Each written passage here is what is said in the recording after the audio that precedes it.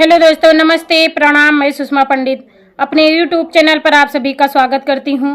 आज मैं आप सबके लिए बहुत सुंदर सा भोजपुरी गीत लेके आई हूं। अगर आप लोगों को पसंद आता है तो लाइक कीजिए, शेयर कीजिए और कमेंट में गीत कैसा लगा ये ज़रूर बताएं।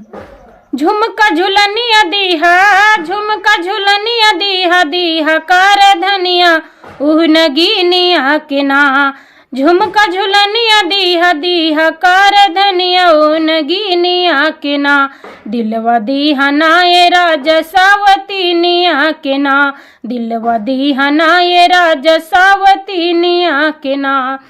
सगर समनिया में बाखरा लगाइब, एहो राजा प्यार तो हर बाट नहीं पाइब।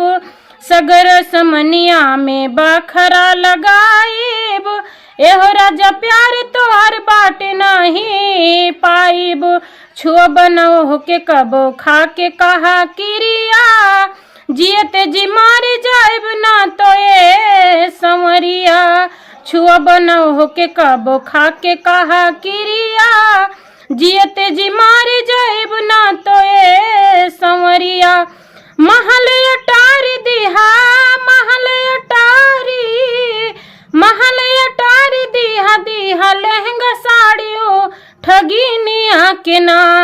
महल अटारी दीहा, दीहा लहंगा साड़ियों ठगिनिया के ना। दिलवा दीहा ना ये राजा सावतीनिया के ना। दिलवा दीहा ना ये राजा सावतीनिया के ना।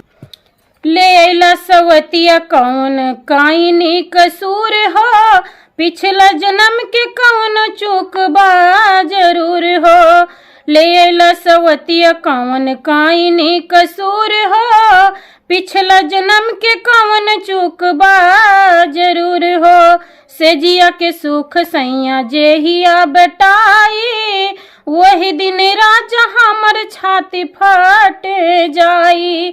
सेजिया के सुख सैया जहिया बटाई, वही दिन राजा हमर छाती फट जाई। सगर खजाना दीहा, सगर खजाना, सगर खजाना के बना द मालिकिनिया ओ सवतिया के ना। सगर खजाना के बना दी मालिकिनिया ओ ठगिनिया के ना। दिलवा दीहा ना ये राजा सावतीनिया के ना। दिलवा दीहा ना ये राजा सावतीनिया के ना। झुमका झुलनिया दीहा, झुमका झुलनिया, झुमका झुलनिया दीहा, दीहा कर धनिया ओ नगीनिया के ना। दिलवा दीहा ना ये राजा सावतीनिया के ना। दिलवा दीहा ना ये राजा सावती